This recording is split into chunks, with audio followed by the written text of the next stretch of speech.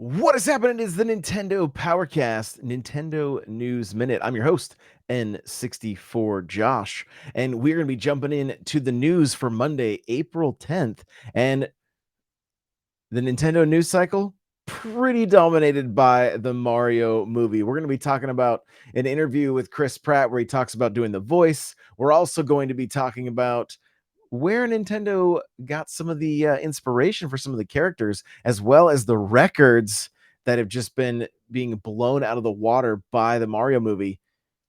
And lastly, Nintendo ninjas are going after the Zelda art book leaker. So we're going to jump into all of this. Before we do, of course, I want to invite you into the Discord, n64josh.com/Discord. There is a link in the description. So let's jump into this here, shall we?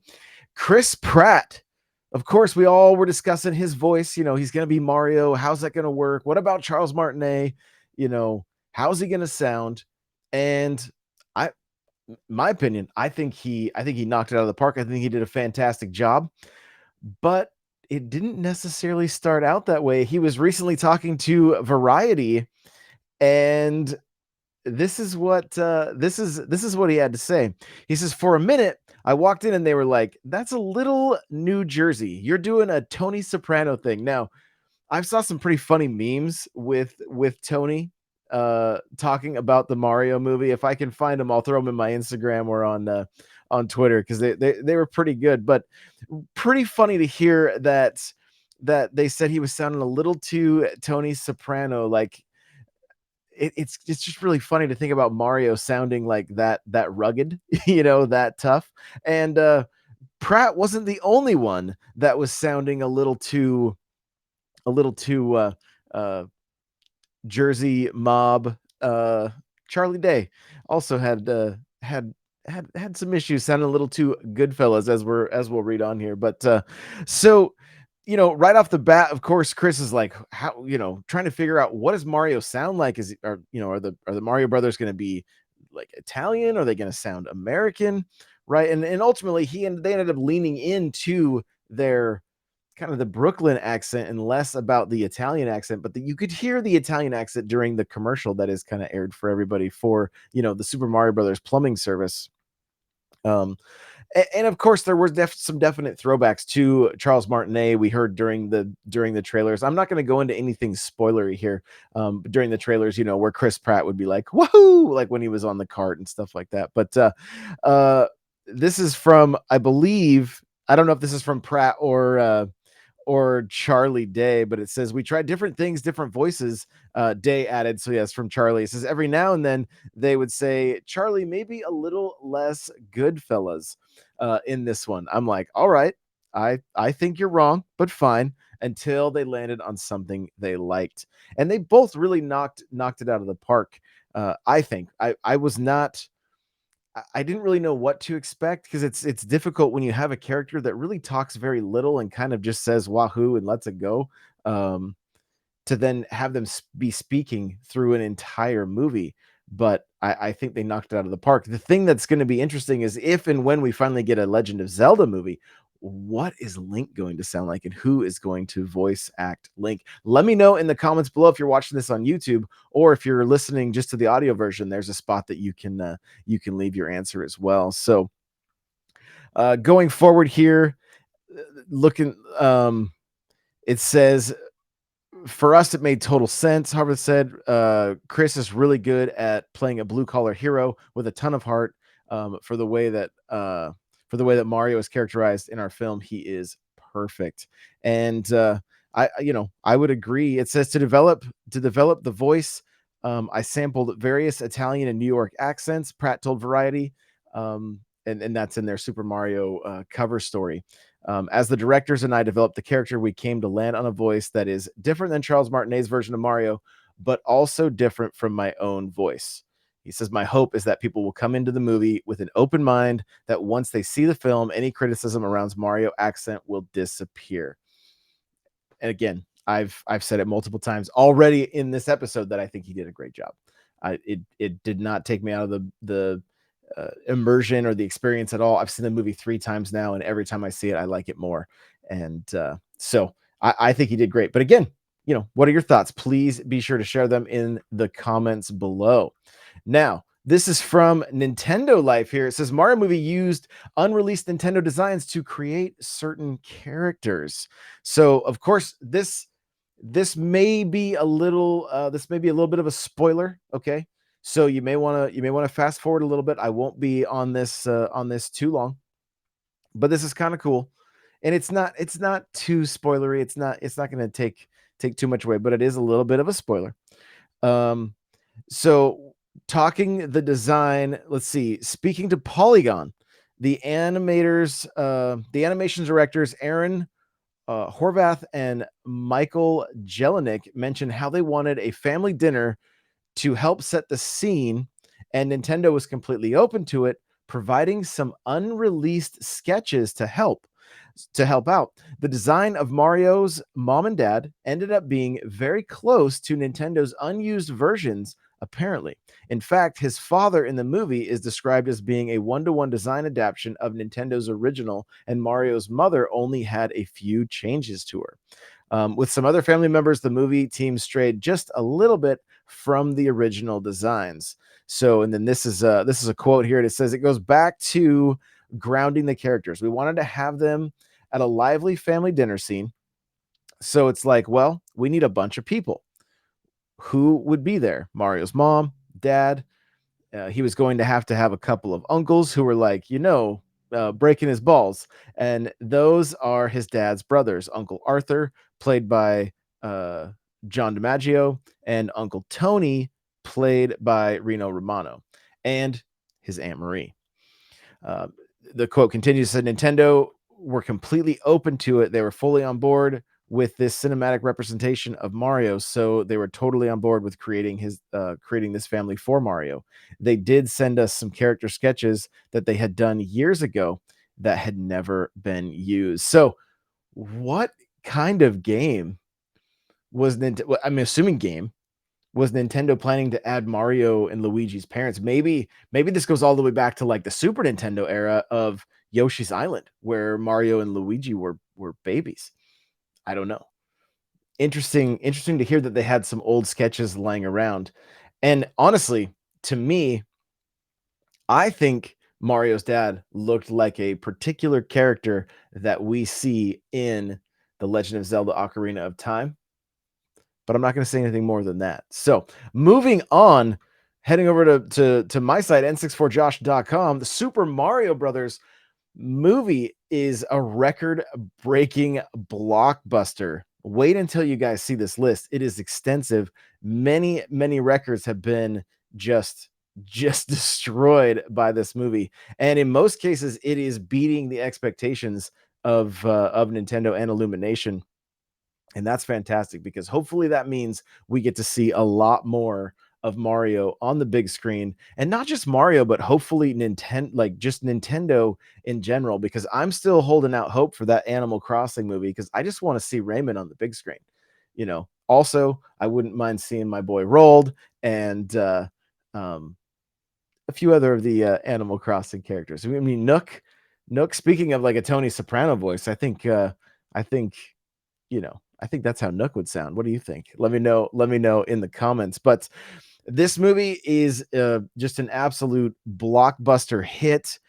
Animated adventure based on the classic video game crushed the competition with its jaw-dropping 204.6 million domestic and 377 million global debut over the long Easter weekend. Like I said, I've seen it 3 times. Absolutely adore it. Highly recommend you guys go and check it out.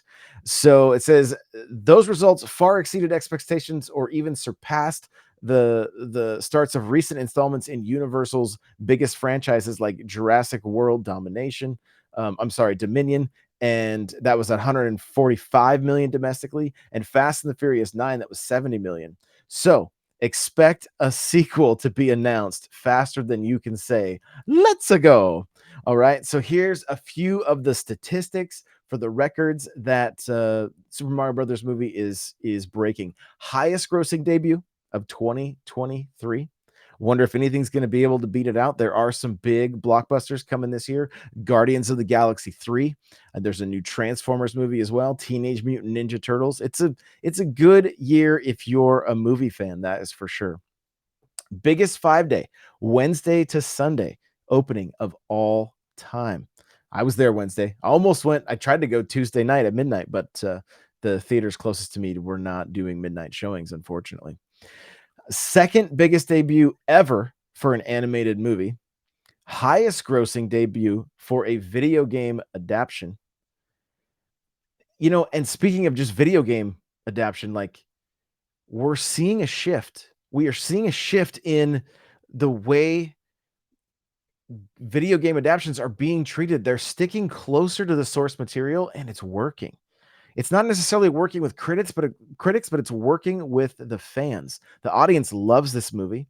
We all loved Last of Us, and but you can also look at Halo from just what last year, and it kind of flopped. But what did they say? The showrunners were like, "We didn't stick. We don't even know what the games are like. We've never played them." And it kind of was a flop. Like, stick to the source material and you're going to resonate with the fans. When you don't stick with the source material, it doesn't really seem to resonate with anybody unless they can pull some really good story out of it. But we really haven't seen that much when it comes to these video game adaptations. And yeah, Mario is crazy. A plumber goes to a mushroom kingdom. He's eating mushrooms. That makes him get big.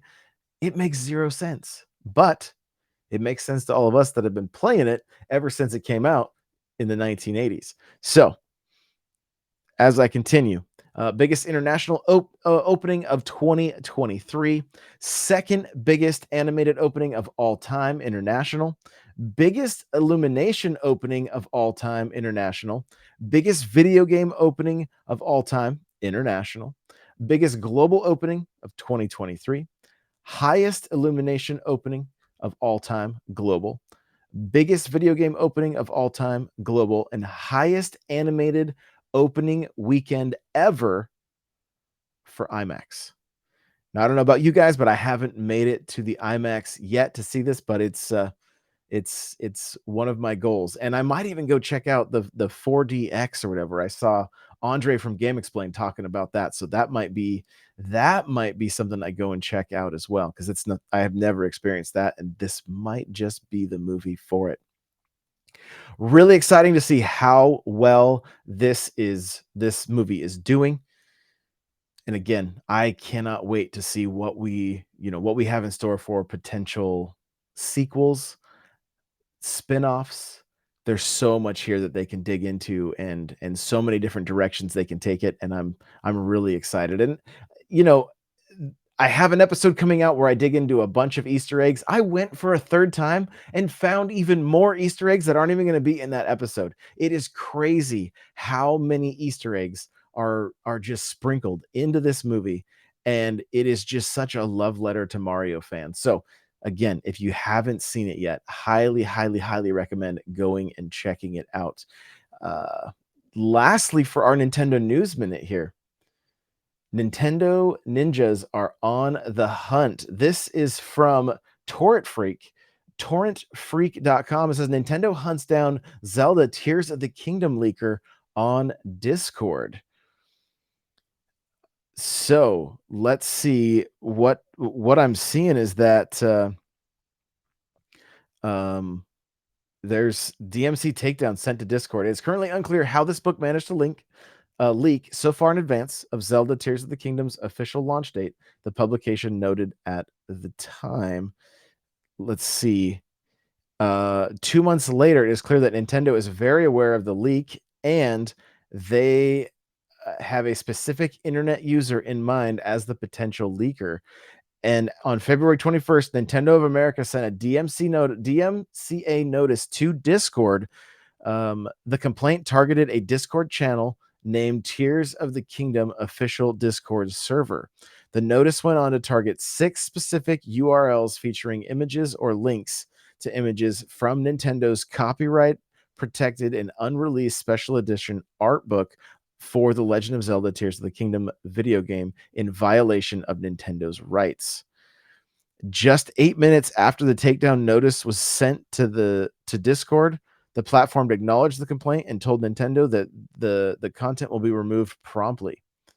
Around 10 hours after sending the initial takedown notice, Nintendo followed up with a request for immediate review and takedown of the Discord channel, noting that members were still distributing the pre-released artwork using direct messages and links. Additionally, some members have been assigned the role of the PDF pirate, which identifies them as the source for the PDF files of the infringed artbook images for your for your review. We may also provide screenshots from the server featuring 4 members and a brief description below highlighting their activity in the servers. So this is wow.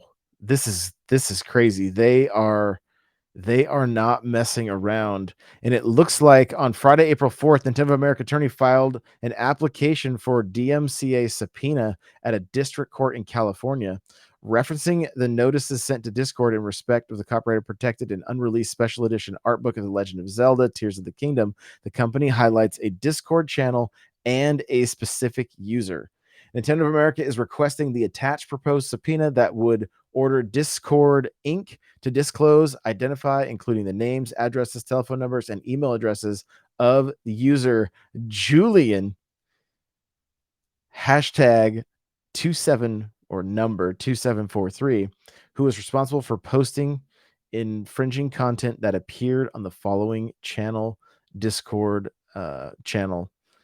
The following channel, Discord channel, Zelda Tears of the Kingdom. And yeah, if you guys are watching the video here, you can actually see the the uh the legal documents right there on the screen. So that is crazy. This is wild. Like, Nintendo is not messing around, and hopefully as this story plays out, we're gonna it'll be I feel like this person's gonna become the example of what not to do. If you end up with something like this, do not do not distribute it, because man, Nintendo seems to be coming down hard. This person is probably just absolutely sweating bullets right now, because yeah, wild, wild. Well, let me know your thoughts on everything that is happening in the world of Nintendo. If there is a topic you'd like me to cover, make sure to leave it in the comments below. If you got any kind of breaking news or anything like that, you can send it to info@n64josh.com. Thank you guys so much for listening. Appreciate you all so very much. Of course, hit that like and subscribe button if you're watching on YouTube, and we will see you in the next one. Bye, everybody.